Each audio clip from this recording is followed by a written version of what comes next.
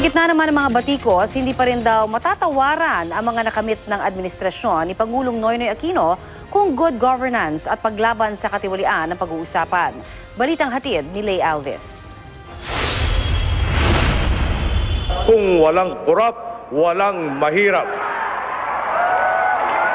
Sa 6 na taon niya sa pwesto, ang paglaban sa katiwalian ang ipinangako ni Pangulong Aquino. Ipinatupad ng full disclosure policy kasama ang pagbubukas ng isang website kung saan obligado ang mga local government unit na ilahad kung paano ginagastos ang kanilang pondo.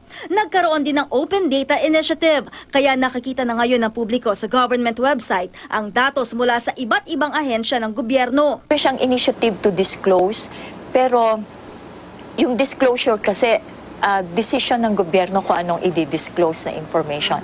So balit kapag ang citizens ang humingi ng information, maaaring wala ito sa website ng government agency. Sagot daw sana dito ang Freedom of Information Bill o FOI. Isa sa priority bills ni Pinoy pero hindi niya sinertipikahan bilang urgent.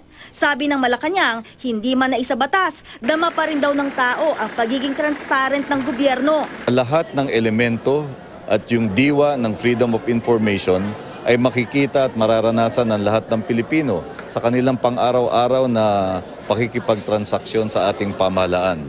Nariyan yung Citizens Charter, nariyan yung website ng iba't ibang ahensya, nariyan yung electronic procurement, nariyan yung open data.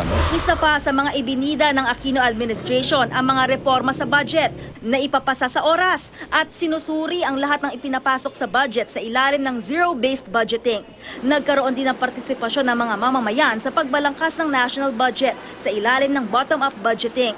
Pero sumabit ang administrasyon sa Disbursement Acceleration Program o DAP na idiniklarang unconstitutional ng Korte Suprema. Hindi raw kasi pwede basta na lang magdeklara ng savings ang administrasyon sa kagugugulin sa proyekto ng mga mambabatas. Maganda man ang intensyon ng Malacanang. Tinabi ng mga mahistrado ng kataas-taasang hukuman na ang mga authors, proponents at implementors ng DAP are presumed to have acted in good faith and with regularity unless otherwise proven. Nagsilbi raw na halimbawa ng hindi korap na opisyal si Pinoy pero may masasabi pa rin umano sa ibang sektor ng gobyerno.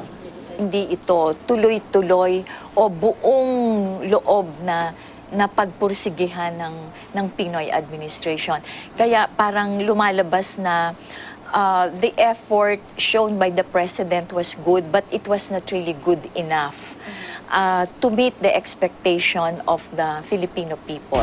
Sa kabila ng mga puna, ayon sa Malacanang, hindi pa rin daw matatawaran ang mga nakamit ng pamahalaan ni Aquino kontra katiwalian. Ang pinakamatingkad, ang taguri sa Pilipinas ngayon na Asia's Rising Star mula sa dating tawag na Sick Man of Asia. Mahalagang tignan natin yung malaking larawan na dito makikita natin na simula ng manungkulan si Pangulong Aquino noong 2010, malayo na ang narating natin sa pagtatatag ng mabuting pamahala o good governance. Ang good governance ang naging sentro ng administrasyon ni Pangulong Noynoy Aquino. Ano man ang magandang nasimulan ng administrasyong Aquino, umaasa itong pagtitibayin o hihigitan pa ng susunod na administrasyon ni President-elect Rodrigo Duterte. Lay Alves, GMA News.